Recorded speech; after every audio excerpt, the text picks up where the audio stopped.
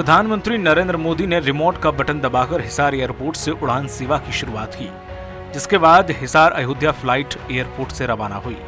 प्रधानमंत्री मोदी ने हिसार हवाई अड्डे के नए टर्मिनल भवन का शिलान्यास भी किया। एयरपोर्ट अथॉरिटी ऑफ इंडिया की निगरानी में बनने वाले इस भवन के निर्माण पर करीब 503 करोड़ रुपए खर्च होंगे। इसमें एक मॉडर्न यात्री टर्मिनल, एक कार्गो टर्मिनल और एक एटीसी भवन शामिल होगा। इस मौके पर पीएम मोदी ने कहा कि खाटे जवान, खाटे खिलाड़ी और धारा भाईचारा जो है हरियाणा की पहचान। हिसार में मेरी इतनी यादें जुड़ी हुई हैं। जब भाजपा ने मुझे हरियाणा की जिम्मेदारी दी थी तो यहाँ अनेक साथियों के साथ मैंने लंबे समय तक काम किया। इन सभी साथियों के परिश्रम ने भाजपा की हरियाणा में नींव को मजबूत किया। पीएम ने कहा कि आज का दिन हम सभी के लिए, पूरे देश के लिए, खासतौर पर दलित, पीड़ित, वंचित, शोषित के लिए बहुत ज्यादा महत्वपूर्ण दिन है। उनके जीवन में यह दूसरी दिवाली है। आज संविधान निर्माता बाबा साहब अम्बेडकर की जयंती है। उनका जीवन, उनका संघर्ष, उनका संदेश हमारी सरकार की 11 साल की यात्रा का प्रेरणा स्तंभ बना है। हर दिन, हर फैसला, हर नीति बाबा साहब को समर्पित है।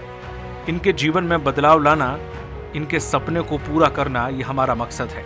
इसके लिए निरंतर विकास, तेज विकास, यही भाजपा सरकार का मंत्र है। साथियों, इसी मंत्र पर चलते हुए आज हरियाणा से अयोध्या धाम के लिए फ्लाइट शुरू हुई है, यानी कि अब श्री कृष्ण जी की पावन भूमि हरियाणा श्री राम जी की भूमि से सीधी जुड़ गई है। पीएम मोदी ने कहा है कि बहुत जल्द यहाँ से दूसरे शहरों के लिए भी उड़ानें शुरू होंगी। आज हिसार एयरपोर्ट की नई टर्मिनल बिल्डिंग का शिलान्यास भी हुआ है। यह शुरुआत हरियाणा के विकास को नई ऊंचाइयों पर लेकर जाएगी। मेरा आपसे वादा रहा कि हवाई चप्पल पहनने वाला भी हवाई जहाज में उड़ेगा। अग्रसेन हवाई अड्डे से वाल्मीकि हवाई अड्डे आज सीधी उड़ान भरी जा रही है। बहुत जल्द यहां से दूसरे शहरों के लिए भी उड़ानें शुरू होगी। आज हिसार एयरपोर्ट की नई टर्मिनल बिल्डिंग का शिलान्यास भी हुआ है। ये शुरुआत हरियाणा की आकांक्षाओं को एक नई ऊंचाई पर पहुंचाने की उड़ान है। पीएम मोदी ने कहा है कि कांग्रेस ने बाबा साहब के विचारों को भी हमेशा के लिए खत्म करना चाहा। कांग्रेस संविधान की भक्षक बन गई है। कांग्रेस के जमाने में SC, ST, OBC के लिए बैंक का दरवाजा तक नहीं खुलता था। पीएम ने कहा कि कांग्रेस ने हमारे पवित्र संविधान को सत्ता हासिल करने के लिए एक हथियार बना दिया है। जब जब कांग्रेस को सत्ता का संकट दिखा, उन्होंने संविधान को कुचल दिया। कांग्रेस ने संविधान की स्पिरिट को कुचला। कर्नाटका की कांग्रेस सरकार ने धर्म के आधार पर आरक्षण दे दिया। पीठ में छुरा भोंककर उस संविधान के उस प्रावधान को तुष्टीकरण का माध्यम बना दिया। इतने सालों तक चल रहे वक्फ के कानून में आनन फानन संशोधन कर दिया कि बाबा साहब आम्बेडकर के संविधान की ऐसी की तैसी संविधान से ऊपर कर दिया। ये बाबा साहब का सबसे बड़ा अपमान का काम था। पीएम ने कहा कि संविधान की भावना है कि सबके लिए एक जैसी नागरिक संहिता हो, जिसे मैं कहता हूं यूनिफॉर्म सिविल कोड। लेकिन कांग्रेस ने इसे लागू नहीं किया। उत्तराखंड में बीजेपी की सरकार आने के बाद यूनिफॉर्म सिविल कोड लागू हुआ, डंके की चोट पर लागू हुआ। देश का दुर्भाग्य देखिए, संविधान को जेब में लेकर बैठे हुए लोग, ये कांग्रेस के लोग, उसका विरोध कर रहे हैं। पीएम मोदी ने कहा कि वक्फ के नाम पर लाखों हेक्टेयर जमीन पूरे देश में है। इस जमीन से गरीबों का, बेसहारा महिलाओं, बच्चों का भला होना चाहिए था।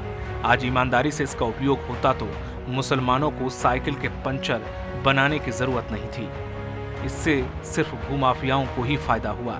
ये माफिया इस कानून के जरिए गरीबों की जमीन लूट रहे थे। सैकड़ों विधवा मुस्लिम महिलाओं ने भारत सरकार को चिट्ठी लिखी, तब जाकर सरकार ने यह बदलाव किया।